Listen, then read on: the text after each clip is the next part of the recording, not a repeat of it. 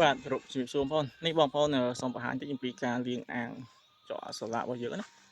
ចកសូឡាជាទូទៅបងប្អូន2ខែបងប្អូនត្រូវតែលាងអាងចេញណាហើយសម្រាប់ការលាងទឹកសោតយើងតម្រូវឲ្យយើងលាងឲ្យស្អាតណាដូចទស្សនវិជ្ជាជាក់ស្ដែងនេះគឺយើងប្រហូរទឹកចេញអស់ហើយយើងមិនបាច់ប្រើវ៉ានទេស្រ័យនៅជ្រុងកែងមកស្រ័យជ្រុងកែងហើយយើងប្រហូរចេញយកអំបោះបោះវាឲ្យស្អាតណាបោះវាឲ្យស្អាតភ្លឹងដូចតង់យើងថ្មីអញ្ចឹងហើយបងប្អូនបញ្ចូលទឹកថ្មីចូលមកហើយយើងដាក់ជីយើងដាក់ថ្នាំបាច់អំបិលឲ្យតាមស្តង់ដារយើងធ្លាប់ដាំម្ដងមកអញ្ចឹងពេលដែលយើងលាងសម្អាតស្អាតអស់ចេះហើយយើងចាប់ដាំបញ្ចូលទឹកណាយើងបញ្ចូលទឹកយើងបាចពូជស្ដើងអញ្ចឹងមកយើងបាញ់ថ្នាំនេះគឺជាការថែទាំចកសូឡាវិលជុំណារៀងរាល់2ខែគឺយើងត្រូវតែលាងអាងដូរទឹកចេញហើយលាងមិនមែនយើងប្រហូរទឹកចោលគឺយើងលាងសម្អាតឲ្យស្អាតឃើញសាច់តង់អញ្ចឹងមកណាលាងអញ្ចឹងមកយើងដាំថ្មីអញ្ចឹងមកដាំអញ្ចឹងហើយបាញ់ថ្នាំការពារវានោះពូជចកបងប្អូននឹងដុះមកណែនណាន់តាន់តាប់ចេះវិញហើយនេះណានេះចកដែលយើងដុះណែន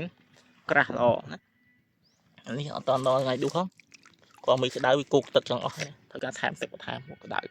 នេះថែមទឹកអត់តនេះអាងច្រើនពេកបងប្អូនមើលជាក់ស្ដែងពីទស្សនវិជ្ជាចកយើងណានេះគឺក្រាស់ល្អមែនតើសុខភាពវាសន្តិការថែទាំយើងត្រូវទៅតាមស្តង់ដារបច្ចេកទេស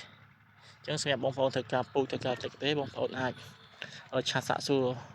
អំពីកសិដ្ឋានយើងបានយើងមានសិក្សាយោបល់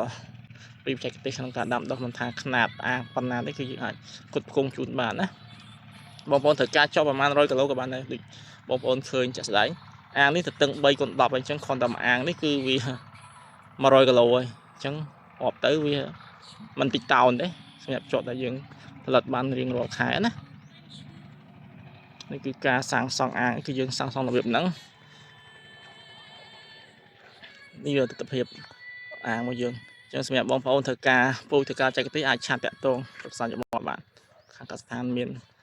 អ្នកបច្ចេកទេសសម្រាប់ប្រឹក្សាជូនអាច Telegram ឬមួយក៏ឆាតចូល Page ទៅបានណាអូខេអរគុណជំរាបលា